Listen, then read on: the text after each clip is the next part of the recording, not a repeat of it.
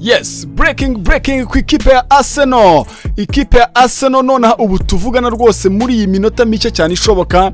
Ndagira kumenyeshwa ngeno no kuba serie cyane birenze ubu serie yari sanganywe ariko mbivuga ku mwataka w'ikipe ya Atletico Madrid witwa Julian Alvarez umunyargentine muto cyane rwose kandi ufite tara idasanzwe. Arsenal yongeye kuba serie cyane ku isoko nigurisha ndetse kwigura nigurisha ryo kuri uyu Julian Alvarez ubwo ni kwigura ku ruhande rwa Arsenal ndetse no kwigura ku ruhande rw'ikipe ya Atletico Madrid. Bimeze bite ni kwa kundi nyine umuntu rwose aba yicaye ewana amakuru yose asohoka itafata ukavuga utereka mtempereza abantu banjye amakuru agisohoka ugahita ugaheza abantu bawe.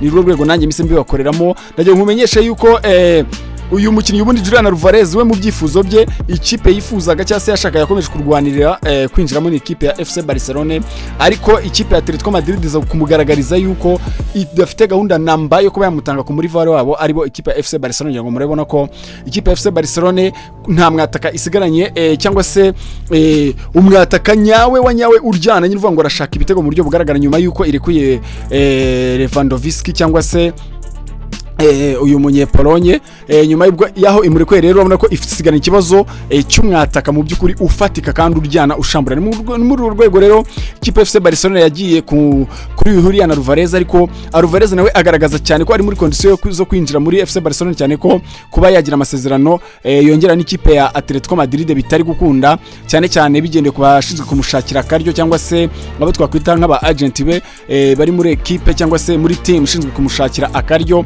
Bikavuga yuko kumvikana na Atletico Madrid bo babirangije ko uyu mukinnyi Julian Alvarez atiteguye kongera amasezerano, bityo rero bikavuga ko ikipe ya Arsenal yakomeje kugenda icungacungira hafi.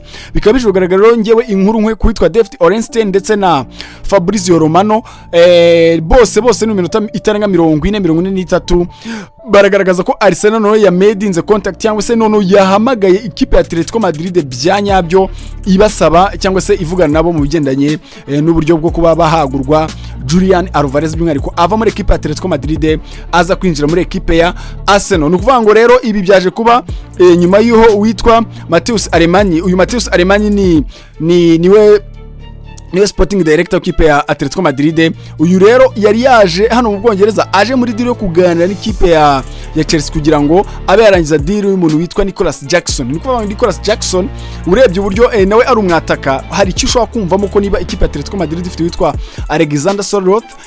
Uyu Sørloth nawe nubwo yaramaze ari afite ibe by'imvune yakuye mu gikombe cy'isi, ariko none engira muramuzi uyu nguyu ni hari asanzwe yatakana na Haaland ndetse na Martin Odegaard mu ikipe yabo y'igihugu ntari kwibuka neza rwose numva yes Norvege ni umunyanorvege aho rero afite ikibazo cy'imvune, ariko byibura urumva ko numwataka yarahari, ariko mu buryo mu gihe abaye atari active bakavuga ngo none reka tube turebye undi. Niyo mpamvu rero ubundi bari bashikureba uyu mwataka witwa Nicholas Jackson. Bisobanuye ko Julian Alvarez ubundi atari mu mipango cyangwa se mu mibare y'umutoza Diego Simeone.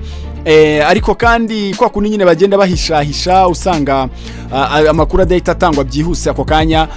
Uyu mutoza wa Atletico Madrid ari we Diego Simeone we yatangaje ko mu byukuri uyu mukinnyi Julian Alvarez nta hagomba kujya. Ibu nibyo yari yatangaje ku munsi ubanziriza uyu nguyu ubwo ni umunsi wahise wejo, ariko noneho inkuru zamaze kujya hanze mu buryo bugaragara. Ikipe ya Arsenal yabaye serie cyane ku isoko ryitwa Julian Alvarez.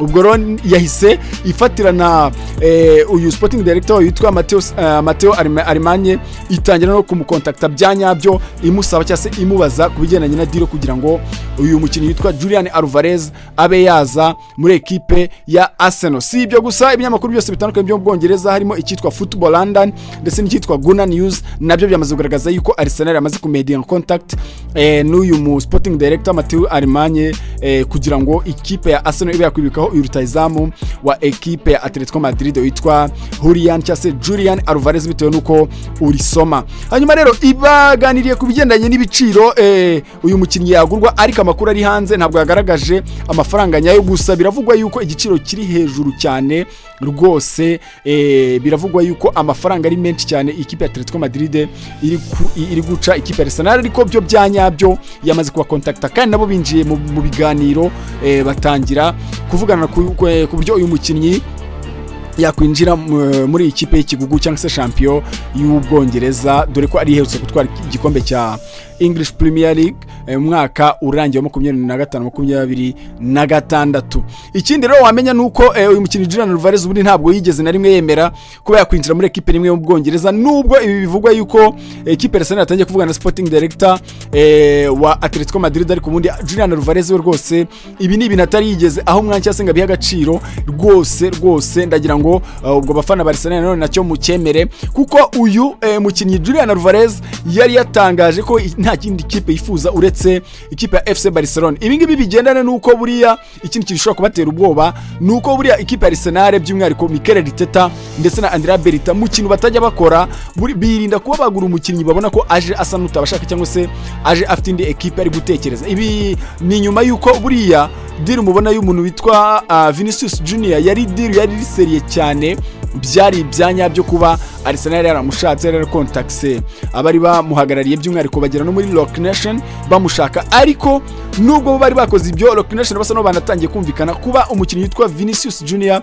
yari amaze kugaragaza yuko cyane umutima we uri Real Madrid kuruta uko uri Emirates, nicyo cyatumye by'umwihariko witwa Andrea Berta ndetse na Mikel Arteta bahita bahindura deal bamuvaho, ariko mu by'ukuri bari bamaze gukontakta ikipe ya Real Madrid. Rero ibi nabyo bishobora kuba byazamo inshishi cyangwa se isosi ishobora kuba yamenekamo inshishi nyuma yuko uyu mukinnyi witwa Julian Alvarez agaragaje yuko cyane ikipe astikirizo cyangwa se yitayeho ari ikipe ya Atletico Madrid cyangwa se ikipe ya FC Barcelona, koko we na mbere no mu byo yatangarije abajabe yari bamaze kubabwira yuko atiteguye kuba yajya muri ekipe nimwe yo mu gihugu cy'Ubwongereza. Ariko rero kandi ibingibi nanone biravuga yuko ikipe ya Arsenal rwose yiteguye guclosing deal byibura mbere yuko iyi summer transfer window yakwegekaho imiryango cyangwa se yafungwa. Ubwo rero n'ukwicara tugategereza tukareba rwose uyu mukinnyi Julian Alvarez koko niba iyi deal ishobora kuba yacamo neza cyane. Ibi rero ni inkuru isohotse mbere yuko Arsenal